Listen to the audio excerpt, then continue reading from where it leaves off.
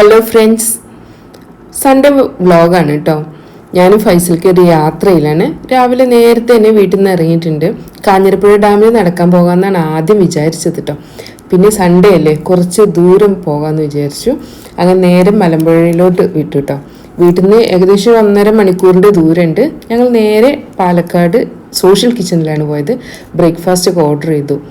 2 പേർക്ക് കൂടി ഉഴുന്നുവടയും ഉപ്മയും കേസരി കേട്ടോ ഓർഡർ ചെയ്തത്. ചീപ്പ് ആൻഡ് ബെസ്റ്റ് ആണല്ലോ ഇവിടെ. പിന്നെ വൈബോ കിടിലനാണ്. പൊങ്കൽ ഓർഡർ ചെയ്യാന്ന് കേട്ടോ ആദ്യം വിചാരിച്ചത്. പൊങ്കൽ കഴിഞ്ഞായിരുന്നു. അപ്പോൾ പിന്നെ ഞാൻ സ്ഥിരം ഓർഡർ ചെയ്യുന്ന ഉഴുന്നുവട ഓർഡർ ചെയ്തു. പിന്നെ കേസരി കൂടെ കഴിക്കാമെന്ന് വെച്ചിട്ടോ. ചെറിയൊരു ക്വാണ്ടിറ്റിയാണ്, ഒരുപാട് നമുക്ക് വേസ്റ്റേജ് വരില്ല. ഉഴുന്നുവട സൂപ്പർ ആട്ടോ. ഉപ്മ ഫൈസൽക്കേക്ക് ഉള്ളതാണ്.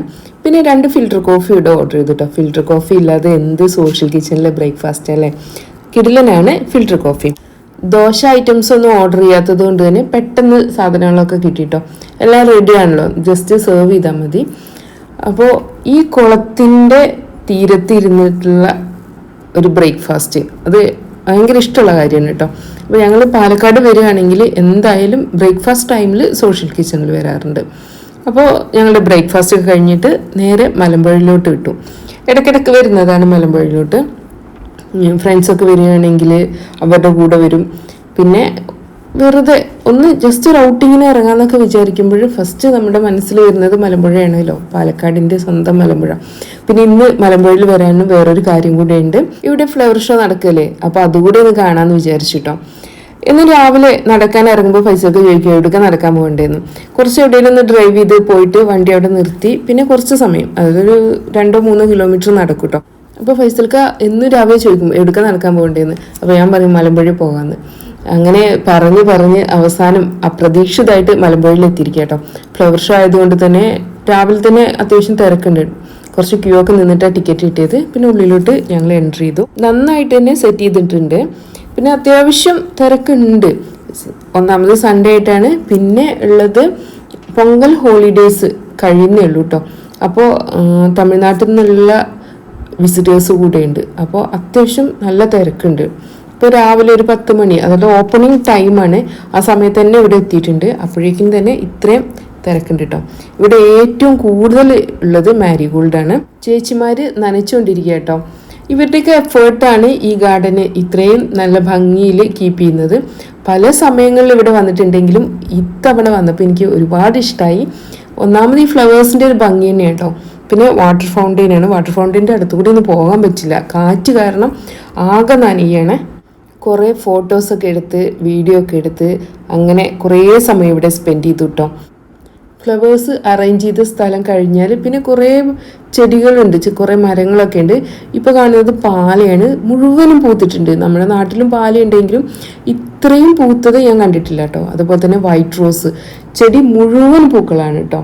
നല്ല ഭംഗിയാണ് എല്ലാം കാണാൻ.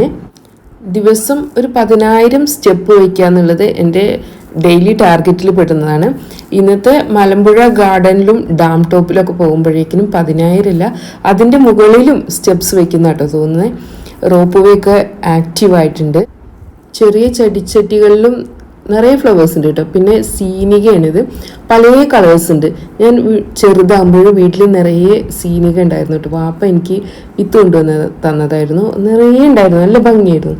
പിന്നെ തെങ്ങിൻ്റെ പട്ട കൊണ്ട് ഉണ്ടാക്കിയ ആർട്ടിഫിഷ്യൽ ഫ്ലവേഴ്സാണ്. പിന്നെ ചുള്ളിക്കമ്പോള് കൊണ്ടൊക്കെ ഉണ്ടാക്കിയ കൊക്കുകൾ, അതുപോലെ തുമ്പി, പാറാൻ വേണ്ടിയിട്ട് റെഡിയായി നിൽക്കുന്ന ഒരു മയില്.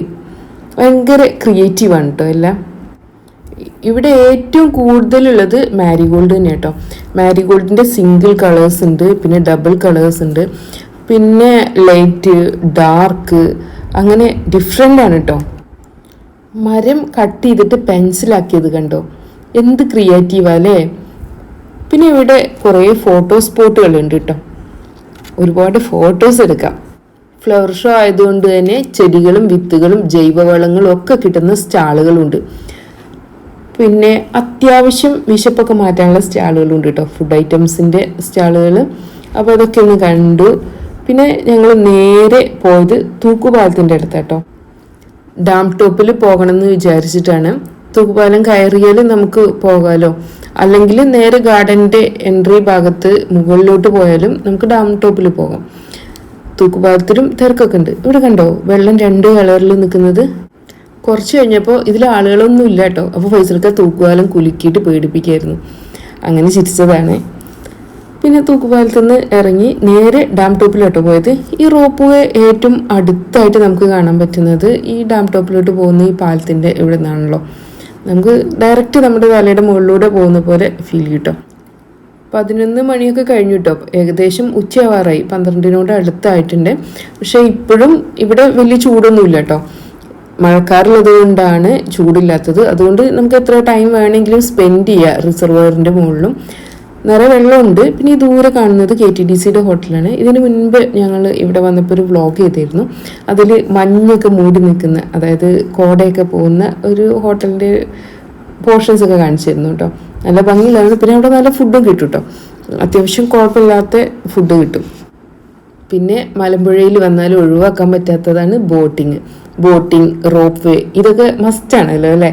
ഞങ്ങൾ ഇടയ്ക്കിടയ്ക്ക് പോകുന്നതുകൊണ്ട് ഇപ്രാവശ്യം ബോട്ടിങ്ങിനൊന്നും ഇമ്പോർട്ടൻസ് കൊടുത്തില്ല. ജസ്റ്റ് ഗാർഡനിലൂടെ ഒരു വാക്കിംഗ് എന്നാട്ടോ ഉദ്ദേശിച്ചത്. ഡാം ടോപ്പിൽ നിന്നുള്ള ഗാർഡൻ വ്യൂ ആണ്. ഇവിടെ നിന്ന് തന്നെ നോക്കുമ്പോൾ നമുക്ക് കാണാം എത്രത്തോളം തിരക്കുണ്ട് അവിടെ എന്നുള്ളത്. പിന്നെ ഡാം ടോപ്പിൽ നല്ല കാറ്റുണ്ട് കേട്ടോ. നല്ല കാറ്റാണ്, അതുകൊണ്ട് ചൂടറിയുന്നേ ഇല്ല. പിന്നെ ഇത് മെമ്മറി പില്ലേഴ്സാണ്. ഈ ഗാർഡനിൽ വേറൊരു വ്യൂ കാണണമെങ്കിൽ രാത്രി വരണം കേട്ടോ. നിറയെ ലൈറ്റ്സൊക്കെ അറേഞ്ച് ചെയ്തിട്ടുണ്ട്. ഞങ്ങൾ ഉച്ച അടുക്കുന്നതോടുകൂടെ തന്നെ ഗാർഡനിൽ നിന്ന് ഇറങ്ങി വീട്ടിലെത്തണം എന്നാണ് വിചാരിക്കുന്നത്. കുറേ ദിവസമായി ഉമ്മേനെ കണ്ടിട്ട്. അപ്പോൾ ഉമ്മയുടെ അടുത്തൊന്ന് പോകണം. അപ്പോൾ ലഞ്ച് അവിടെ നിന്ന് കഴിക്കാമെന്ന് വിചാരിച്ചിട്ടാണ്.